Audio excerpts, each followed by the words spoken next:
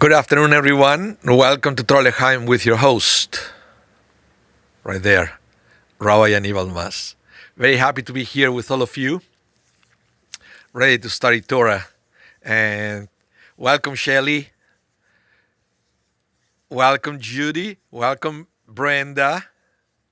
Great to see your names here on screen. David Grossman as well. Welcome to the class, David. Very nice. Very nice. So here we are, ready to start another Torah L'chaim with all of you. Amparo Goldman, welcome to the class. Welcome. We are going to start. We are going to study Parsha Vaera, and this is when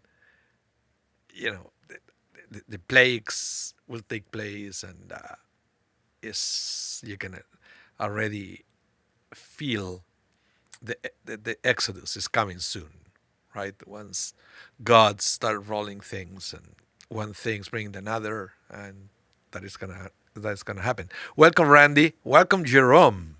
Welcome to the class, guys. That's great. So yeah, Parsha Vaera. We are going to learn more about Moses. Oh, thank you, Brenda. I'm also looking forward always to the Thursday meeting with all of you. And I'm teaching quite a lot in these days. I'm teaching now on Thursdays. I'm teaching on Wednesday evening the basic Judaism course that is in person and online at the same time, which is interesting. And then on Sundays, I'm teaching Choosing Judaism, also known as conversion classes, but we don't call it that anymore because not everybody there is for conversion. There are people taking the course for different reasons. So, and I also have my bar mitzvah students and my choirs. It's great. It's great. It's a great life like this. So thank you to all of you for supporting everything we do here at the synagogue. And we are very blessed with everybody that supports Congregation Shaare Zedek. So we can do what we like and at the same time bring all this to the community. So it's a win-win. It's a win-win. So we are going to wait a couple more minutes to formally start with the class.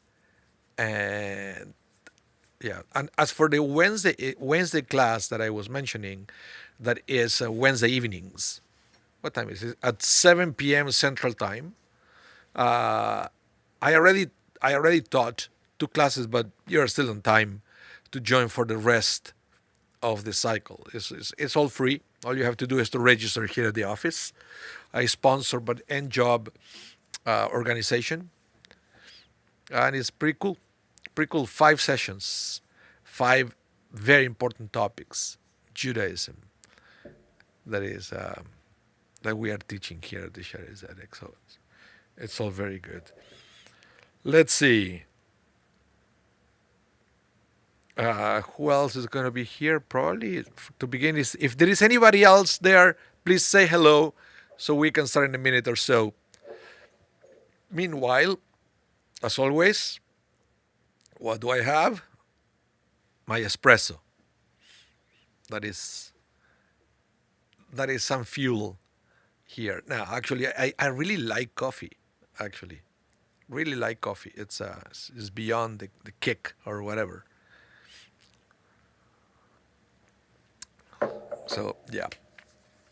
So I'm gonna bring the class. We should start moving. And just a quick reminder: if you haven't subscribed to our channels, okay, if this is the first time or it's not the first time, but you never subscribe to our channels, this is the time. This is the opportunity for you to hit the subscribe. Either if you're on Facebook or on YouTube, there is always a way to do it, right? On Facebook, I think you have to like or to follow Congregation Shari Sedek, and you will be notified. And on YouTube, you have to subscribe. And then once you subscribe, you can all, because YouTube and Facebook, they change things all the time. So on YouTube, you can subscribe, but it's not enough. Then you have to go to the little bell and to click there to be notified for everything we do.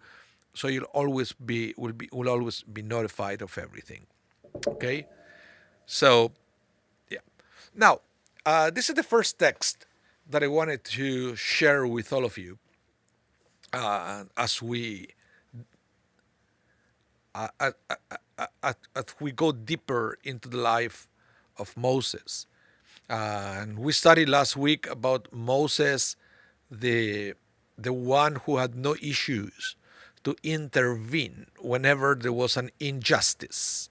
Right? Remember what happened, that he intervenes when an Egyptian is beating a Hebrew, and he also intervened when a Hebrew was beating another Hebrew, and he also intervened when there were non-Jewish groups that they were fighting with each other, because Moses was a doer, right? Man of action, and with a deep understanding of justice, and he couldn't tolerate injustice, so while he intervened. But we are also going to learn about Moses the theologian. Let's put it that way. Moses, the one who at the same time developed a strong and unique, according to the rabbis, unique relationship with God, like nobody else did. In fact, the Torah itself will say that there was nobody like Moses who was able to speak with God face to face. That means that this is very interesting. And Maimonides is the one who points this out. And he said, if the Torah says that Moses is the only one who spoke to God face to face, so what happened with every other person in the Torah that we learn that they spoke with God? And then Maimonides will say that they didn't speak face to face, that God always communicated to them through visions or dreams. Even though he said God spoke to the prophet so and so, or even to Abraham or Jacob or to Isaac, right? It was never a voice. Never a voice. The only one, according to the Torah, who heard the voice of God, or heard a voice, and that was representing God's will, was Moses. Okay? Just so you can understand the depth of Moses' connection with God. And you will see one of the things that also distinguishes or separates Moses from the others is certain aspects of understanding God. For example, let me read here. We are in the book of Exodus chapter 6, verses 2 to 3. And it says, God spoke to Moses. Okay? And he said to him, so God said to Moses, I am Adonai. And of course, I'm saying Adonai because we don't know how to pronounce that spelling of the name of God, which is in Hebrew, Yud Hey Vav Hey. In English, it's usually spelled either YHVH or sometimes JHVH. Some people call it Jehovah, I guess, to try to pronounce it somehow. But because we don't know the correct pronunciation, we don't want to mess it up. So we say Adonai every time that the spelling is Yud Hey Vav Hey. Okay? So you would see there in the first verse, if you read Hebrew, it says, Vaidaber Elohim, one of the names of God. Vaidaber Elohim al Moshe, Vayomer elav ani Adonai. And this is very important. Why? Okay, why? Because God is going to say now, I appeared to Abraham, Isaac, and Jacob as El Shaddai. El Shaddai. Although I did not make myself known to them by their name, Yud Hey Vav Hey, Adonai. Okay? Which is interesting because it seems like this is not true, and we are going to see in a minute. But right out of the bat, we have three different names for the same God. And this is interesting because sometimes it's a criticism that we have different names because they represent different gods. It's a criticism to some of the Jewish theology. But here in the Torah, will make it very clear that we are talking about the same God that, for strategic reasons, decides to use different names. Why is that? Well, later on, we are going to come to learn that whenever the Torah uses different names of God, is telling us something different about God. So it's almost like a presentation card for some of the attributes of God. So when the name Elohim is being used, then we know that God is going to manifest in certain ways. And if the name is Adonai, it's going to be a different way of interacting. Okay? And so on and so forth when it says El Shaddai and so many and some others that we have. We have Adonai Tsevaot, and we have what are the names we have from God here? We have sometimes we use the name Shekhinah, we use Hamakom, Harachaman, Avinu Sheva Shamayim. We have many different names that we use, and every time we use a different names, we are referring to different aspects of God. We are not talking about different gods.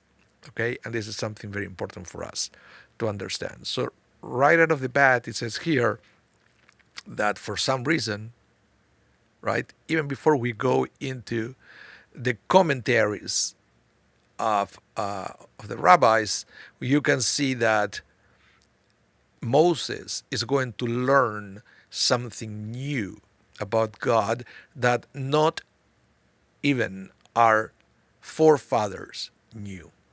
They didn't discover that about God. I guess their relationship with God wasn't as deep as the relationship that Moses had with God. So let's continue.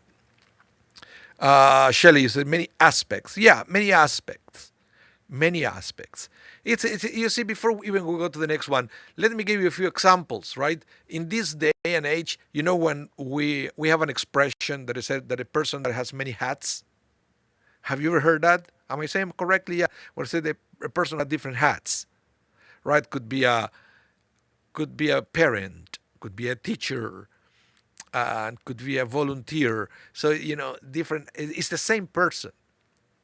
But when I say they have different hats, it's the different aspects of the life of a person. So let's have that in mind when we read the next text. So now Rabbi Yaakov Menken will say, pay attention to this. The four-letter name of God, Yahweh or Yud Hey Vav Hey or Adonai, right, appears many times throughout the book of Genesis. So the rabbi said, hey, come on. God used that name before. Rashi, Rabbi Shlomo Yitzchaki, explains, well, the verse does not say lo hodati, meaning I did not tell them, but rather lo nodati, I was not known to them. Obviously, our forefathers knew God's names. But as Rashi continues, they were never given the opportunity to recognize God's full nature. In what regard? They could not see how reliable and truthful God is, because they never saw God fulfill the promises God made to them concerning their descendants. Okay? So here the Torah is saying that doesn't matter how deep your relationship is with God, it's not the same for you to trust that something is going to happen in the future, that being the one witnessing the promises to be a reality. And that's the difference between Abraham, Isaac, and Jacob and Moses. In what sense? Well, for Abraham, Isaac, and Jacob, God promised them that they're going to be a nation. It's not going to happen until they leave Egypt and they become a nation. Okay? Moses was the one who was able to bring them all together as the nation of Israel.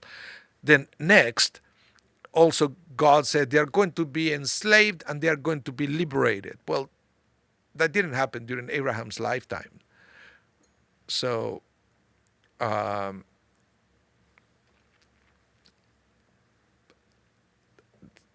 so basically Moses is the one who is going to experience the fruition of that promise from God. So when you witness the realization of the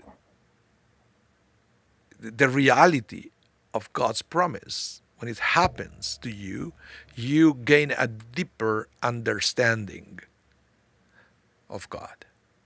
And that is something that Moses had the privilege to experience during his lifetime. So it was very interesting. Okay? And it's interesting that it's related to the name Adonai. So how is the name Adonai related to the God who promised something specifically for the people of Israel? Right? And what is the difference between Adonai and Elohim? What is the aspect of one and the aspect of the other? Right? Well, let me explain. The Ibn Ezra and the Ramban with an N, that is Nachmanides, maintain that El Shaddai refers to the powerful God of creation and nature who revealed himself to the patriarchs without changing the natural order of the universe. So El or Elohim or El Shaddai is talking about the God as a creator. Okay? The one who creates the world, who creates nature. And once you create nature, nature takes its course. The things continue being natural. Okay? So whenever we see that kind of God as a creator, we use Elohim, but in this case also El Shaddai. Okay? Now, Yud Hey Vav Hey, Adonai, changed the natural order of the universe in the plagues and the splitting of the Red Sea in order to free the Israelites from Egyptian servitude. So, without going too much into detail here, this is all big part of Kabbalah as well, of Jewish mysticism.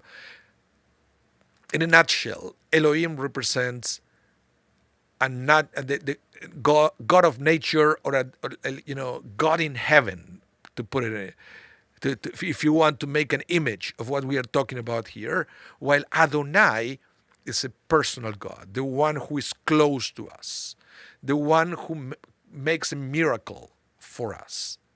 So that's why we always have these two names, and we use one or the other, depends on the context of what we are reading.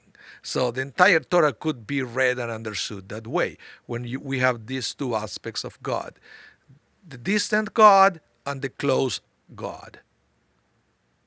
I hope you understand this. So, in other words, Moses was the first one who fully, or not fully, the one who understood the most the way God interacts with us in a personal level, or the way God interacts on a personal level with the people of Israel, guiding every step of the way. Not setting just things in motion and then it takes the natural way. You understand? That is basically the difference between the Elohim and the Adonai that we read here. Okay. Now, more about this. Listen to this. The God of Genesis is El Shaddai, the almighty power, and the sum total of all the powers of the universe, Elohim. He created the cosmos before there was any human being on earth. He effectuated the Big Bang. He sets limits to every earthly creation, and he did it all by himself. He is the God who revealed himself to Abraham and his family and established with them a covenant and mission to perfect the world. The God of Exodus, okay, is Adonai. Literally, he will effectuate and bring about redemption in history through the partnership, okay, of Israel and the nations of the world. El Shaddai is the God of creation and being. Adonai is the God of history and becoming. Center stage in Genesis is God alone. Center stage in Exodus is God and Israel. So the partnership is more evident. So again, there was a partnership between God and Abraham, Isaac, and Jacob. That's why the name Adonai is still there. But according to the rabbis, Abraham, Isaac, and Jacob, they didn't fully understood and comprehended that concept. Not that didn't happen until Moses. That's what it says, that the full extent of the name Adonai was not known to Abraham, Isaac, and Jacob. Okay, so again, center stage in Exodus is God and Israel as we march the long, torturous, but guaranteed march to redemption. So that's why, for example, in our prayers, we pray to both. We use both names. You see, when they say Baruch atah Adonai, blessed are you, Adonai. Okay? The personal God. Eloheinu melech haolam. Elohim, God of creation, is the king up there. Right? So then you can understand better why we use different names to quickly understand different aspects of God. Do we really need different names? Probably not. But this is just a shortcut for us to quickly understand different aspects of God in every different context that we may be. And that's why we have these different names. But it's interesting that I said that the full extent was not understood until Moses. And then you may ask, well, what happened after Moses? Well, we already have, the Torah was already revealed now in its totality. So we have what it takes to understand the name of God as well. We have the Torah and the words of the rabbis to help us achieve just that. Any comments? All of a sudden, the chat went very quiet. So I always like to know what you guys think about this and give me your opinions. Okay? Every opinion is valid here.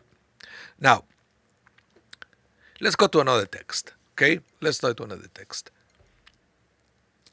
And this is more, we're going to start using a little logic here. Because the rabbis are a little, the rabbis also, they try to use logic to try to understand the order of the words here. Listen to this. Moses said this to the people of Israel. So what is this? That, they're going to be free. They're going to be liberated. They're going to go serve God.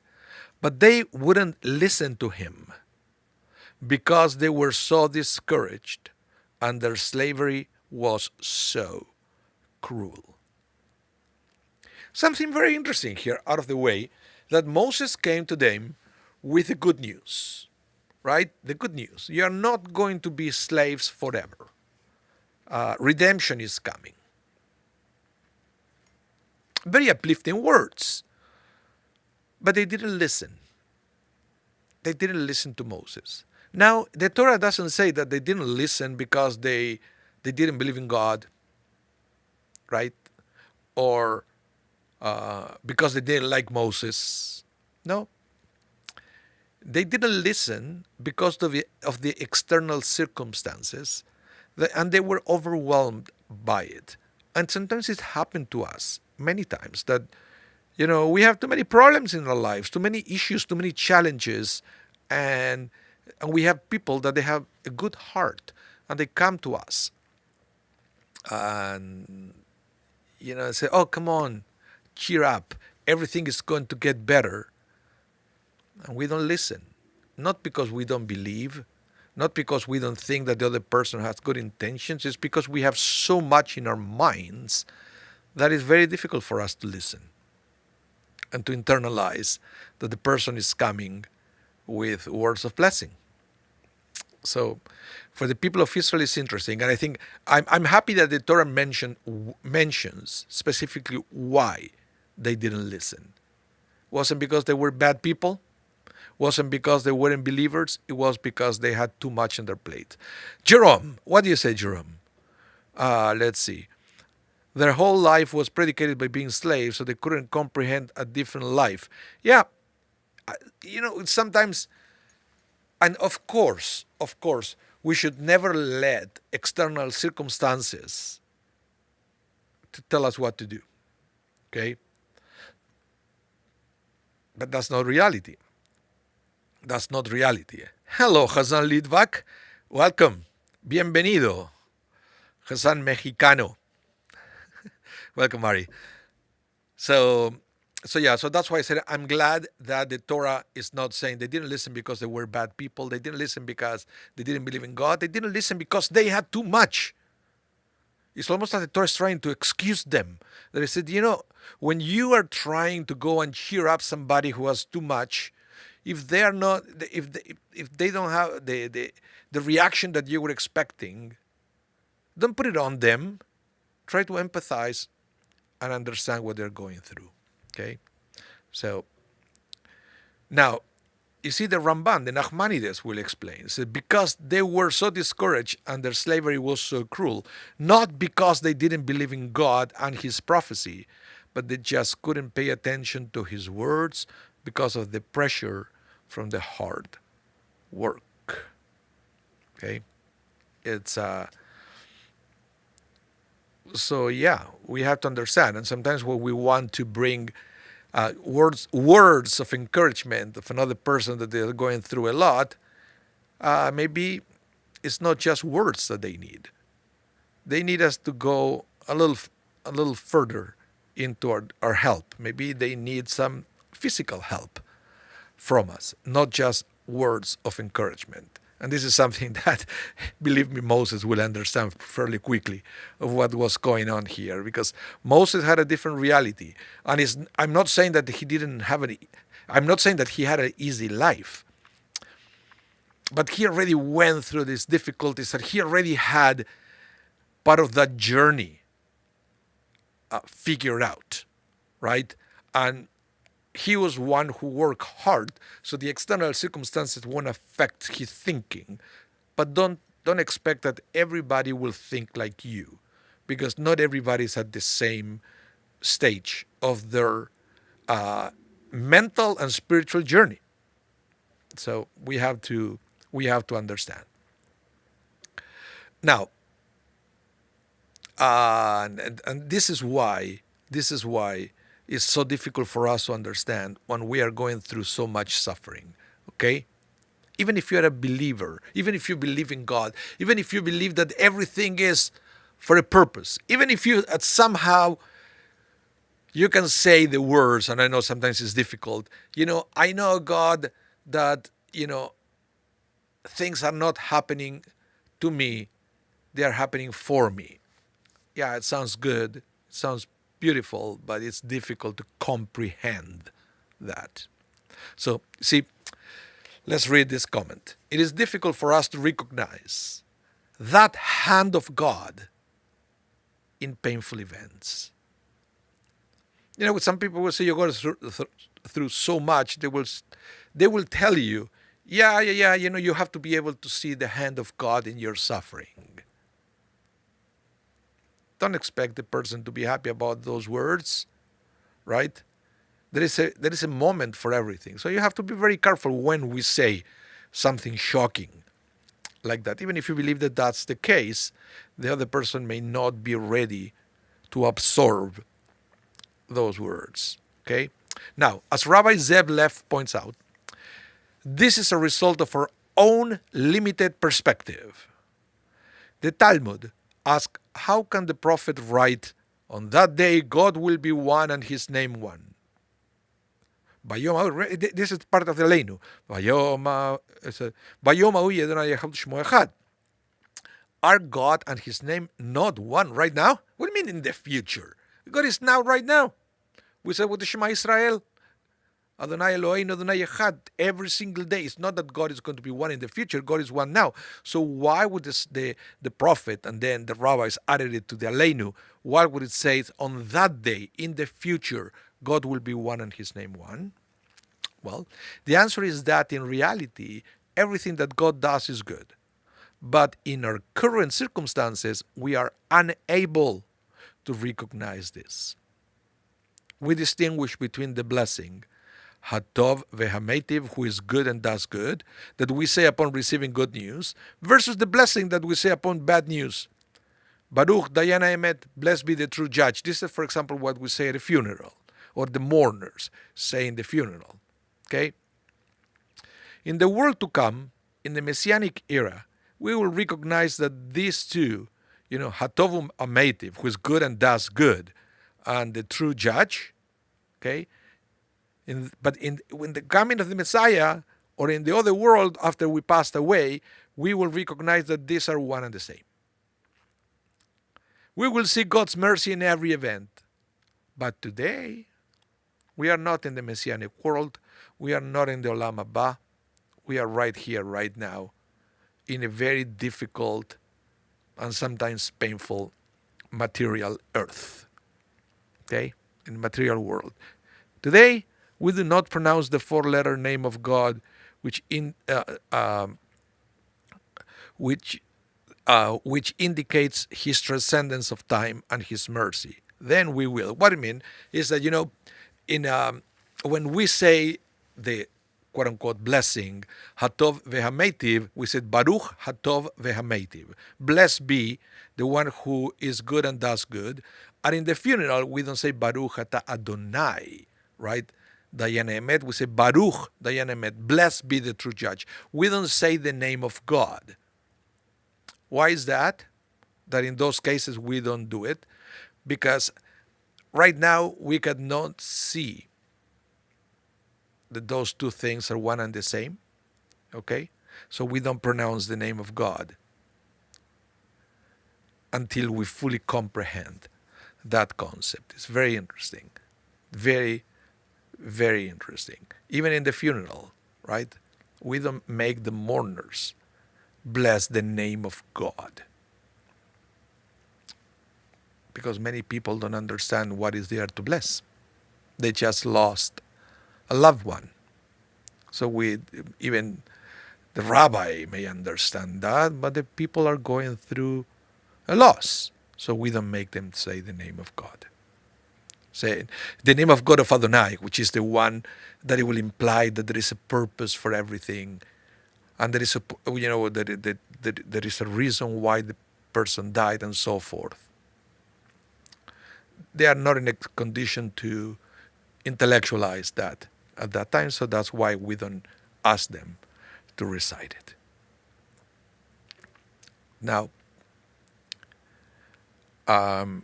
this is it. I wanted to share with you this story that is kind of goes there. Okay? Now, listen to this story. The Chafetz Chaim, Rabbi Israel Meir Kagan, who was once sitting with his family and friends, and he spoke about the terrible situation in the Jewish community of his day. People had truly lost their faith in God and were moving away from religion. Rav Naftali was the Rosh Mesivta high school principal in the yeshiva in Rodin, and he was one of those listening. He responded, "Why is this a great surprise? Even in Egypt, when the Jews still remember their forefathers and also knew that the exile would only last 400 years, they were nonetheless so disheartened by the sheer amount of work placed upon them that they lost hope. In our current situation, our forefathers are long forgotten, and our exile is apparently endless. Why should we be surprised then if we see people losing their faith?" The Chafetz Chaim considered this and realized that he was right. You're a good defender for Israel, he said. Your words should ascend before the holy throne. So, in other words, what this rabbi is saying is, when somebody goes through a lot and you see the person losing hope and abandoning their faith, uh, it should be understood. Okay? It should be understood.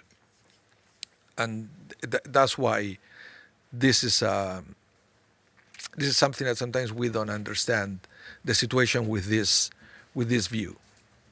And so what we do is we understand, we empathize with the people, and we try to connect with them in a different way, not by judging what they are doing, but trying to add encouragement to the life. Any comments so far? I always like to stop once in a while to give you a chance to catch up and to type whatever you have to say.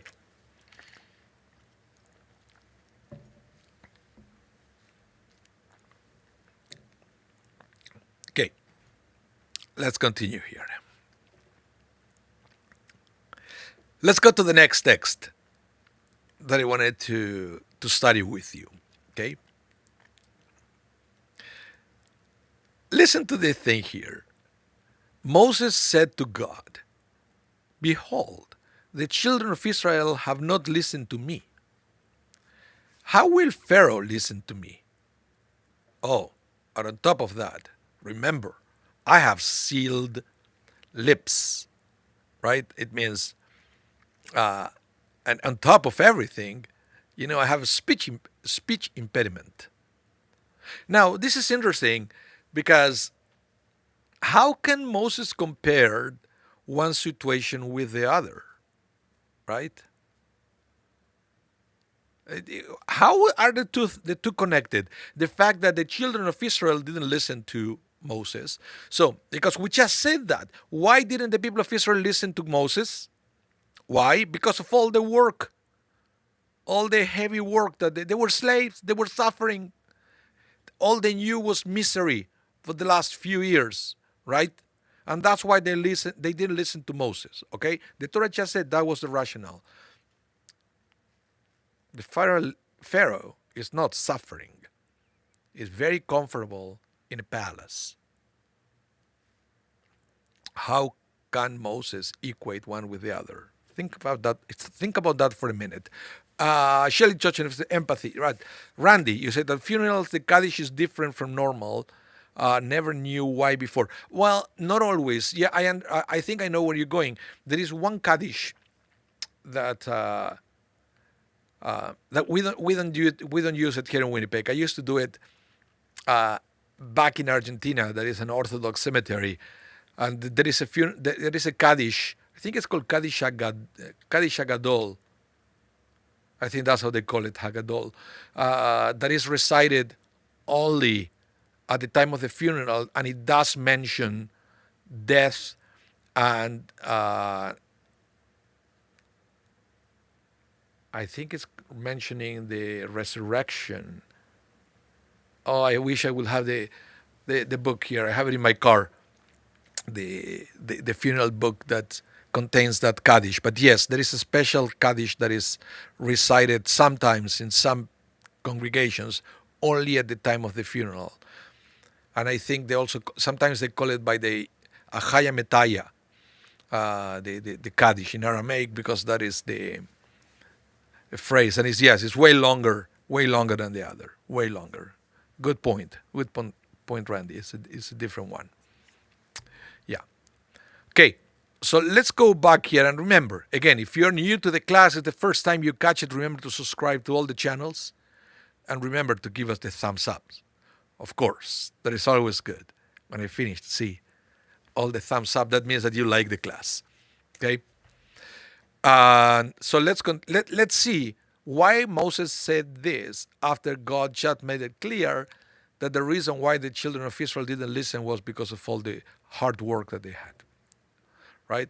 Rashi will start thinking about that.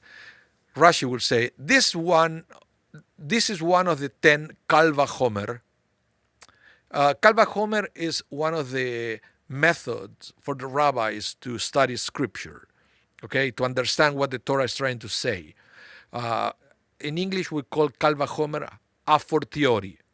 Okay, that means, for example, if a weightlifter cannot lift the stone, surely a child cannot either, right? If the professional cannot do it, a little child, of course, cannot. So when you're in that situation and you apply that logic to understand the verse, you say that you're applying the Kal Vachomer method to understand. Okay, so back to Rashi. This is one of the 10 Kal Vachomer arguments we find in the Torah. Rashi counts 10 situations that we learn halacha using Kal Vachomer, or we understand the situation using Kal Vachomer. Really, Rashi, really. And I put this, the next one I highlighted because it's interesting. It said, but this logic is questionable. The Torah says that the reason that the Israelites did not listen to Moses was because they were so discouraged and their slavery was so cruel. Inasmuch as Pharaoh was not a victim of such oppression, perhaps he might listen. So why would Rashi use Kal Vachomer here? Any guess before I go to the next slide? You're going to take it a second to think why was Moses' logic here?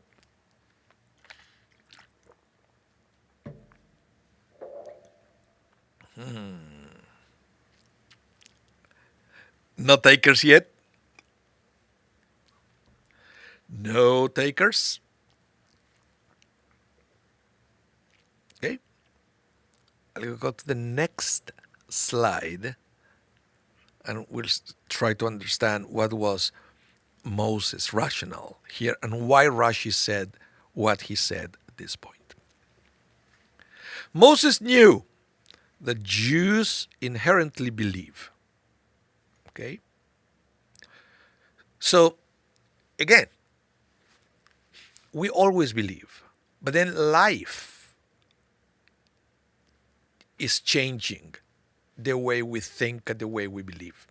Okay? But naturally, from the start, we all believe the same. We just let external circumstances to change us. Okay? However, the suffering of hard work and the evil treatment of the Egyptians must have tainted their faith. But hard work alone does not taint faith. It is only when it is exasperated by the torment of the taskmaster and their cruel taunts. Okay? How much more so, he figured, would Pharaoh be inattentive of the command that Hashem is in charge and the Jews should be let free? If hard work stains the thought process, blocking the beauty of Hashem's word to filter through, how much more so does the idolatry and heresy of Pharaoh impede them from penetrating? So basically what Moses is doing there, this is brilliant. He's saying, okay, so let's make a list of things that are actually blocking our connection with God, things that they're blocking our faith in God, okay? Things that they are not allowing us to understand that God is in control, okay? Very interesting. Make a list of things. So first, and it's just part of it, is all the cruel things that happen to you. Okay? So it's interesting. I love this. And Moses said, come on, hard work by itself, that's nothing. In fact, we know many people that they are hard workers. They work all day, but they believe in God. But I said, the problem is when bad things are happening to you. And they hurt. And they're terrible. That is a real one. Okay? That is part of the list. The other one is living your life following like idolatrous system, let's put it away, or even worse in this case, being Pharaoh, being the one who believed he was a god. right? So what Moses is saying here is, look, if the people of Israel, because of all the suffering, they didn't listen that there is a God, right? And that is entry level. It's even worse when there is a person who believes he is God. Do you think that person is going to listen? And that's why we talk about Kal Vachomer. I said, if a person who went through a lot stopped believing in God, even more so somebody who believes he is God. That's why Moses spoke the way he spoke. Let's continue with this. Impede them from penetrating. We look at Hashem's creation, right? We all do. We go to synagogue. We hear Musar, words of inspiration and all that. We read the prophets, but somehow it does not get through. The words are beautiful. Those who hear them can be inspired, but so many impediments block our vision and our hearing. Remember the list? What are the list? Suffering, or our lifestyles, our desires, our work, okay? Or like Pharaoh, believing that you are God, in the sense that you are the only one creating your reality and God has nothing to do with it. So if you reach a level where you believe that's the way it is, those are the things that they are blocking you for achieving a higher spiritual connection with God. Okay?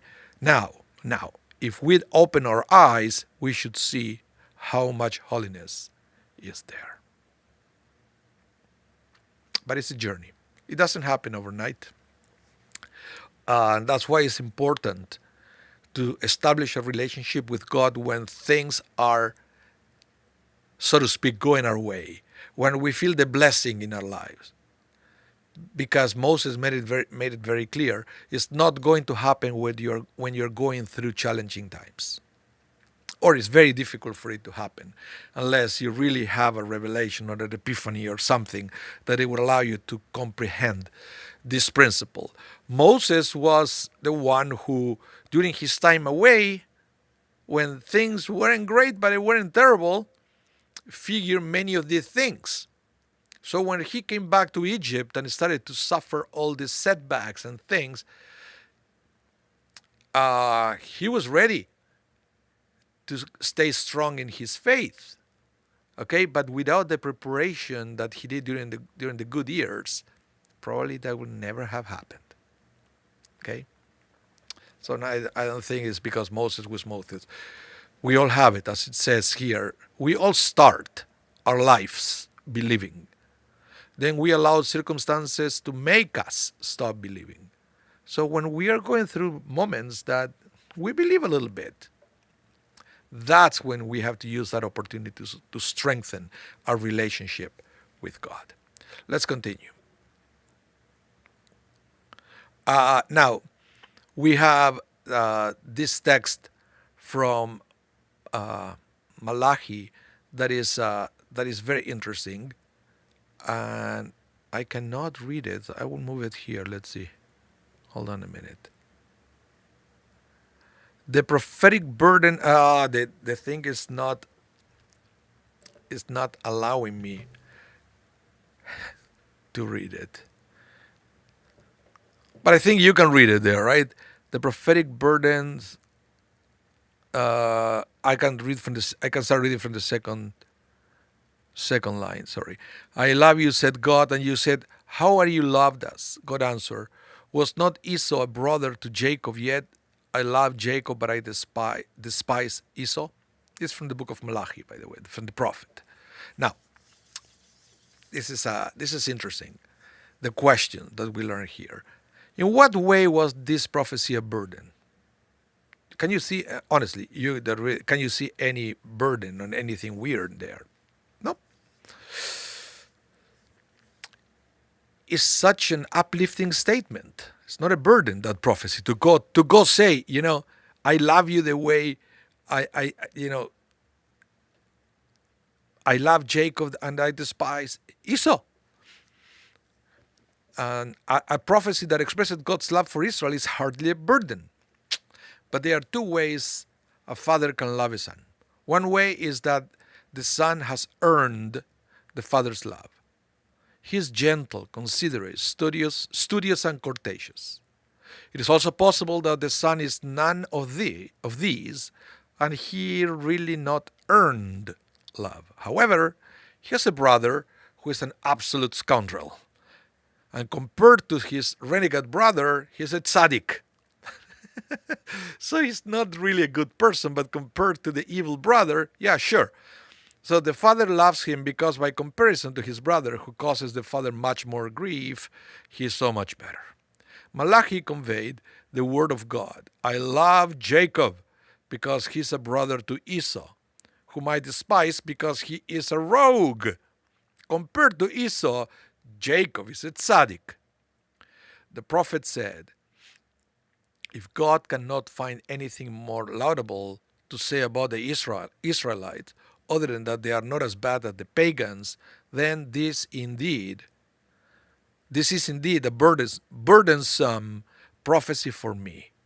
We should merit God's love because we earned it. Moses was an advocate to the Israelites. He had come to them with the joyous message of deliverance, that God will liberate them from their cruel enslavement. Yet, they turned a deaf ear to him. Moses pleaded for them. They rejected me because they were oppressed, because they were so discouraged and their slavery was so cruel. However, I know that when I come to Pharaoh, he will reject me even though he lives in leisure, in a palace. Therefore, the Israelites are not as bad as Pharaoh. Then Moses added, if I have nothing more favorable to say about the Israelites, other than they are better than Pharaoh, then I have sealed lips. I am without words. This is hardly what I wish to say about my people. So this is very interesting. So Moses is not saying I have a speech impediment. It is, if all I have to say is that they are a little bit better than Pharaoh, then I have nothing to say. My lips are sealed. If I cannot say something positive, truly positive, I won't say anything. So, we should seek to improve ourselves spiritually, living in an environment which is so immoral and corrupt. We may tend to think that because we are not as decadent as our neighbor, that is adequate spiritually. This is a mistake. We must strive to be virtuous on our own, rather than being satisfied because we may be better than the wicked. We should constantly seek to advance ourselves spiritually. And this reminds me to the story of Noah and the way we compare Noah with Abraham, right? When at the beginning of the book of Genesis, it said that Noah, he was a tzaddik, but it says he was a tzaddik in his generation. And some rabbis understand, say he was a tzaddik in his generation. Compared to the people around him, he was a tzaddik. Why? Well, look at what happened. What God said to Noah, I'm going to destroy the world with a flood. So build an ark that I will save you. Noah never said, well, God, hold on. How do you know that they are not good people? Maybe not in my neighborhood, but somewhere else. Hey, God, I don't know everybody living in the area. Maybe there are some good people there. Are you going to destroy the entire world? Noah never said that. Well, Abraham did. When God said to Abraham, I'm going to destroy Sodom and Gomorrah. And Abraham said to God, whoa, what are you talking about? What if there are righteous people living there? Because again, Abraham didn't know everybody living in Sodom and Gomorrah. He probably heard that there were bad people, wicked people, evil people, but it doesn't mean that there were not good people living there. So for Noah, sometimes we don't read it that way, but for Noah, what the Torah says, he was a tzaddik compared to others. Okay?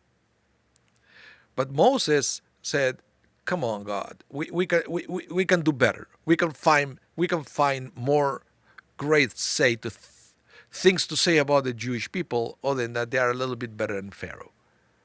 Okay.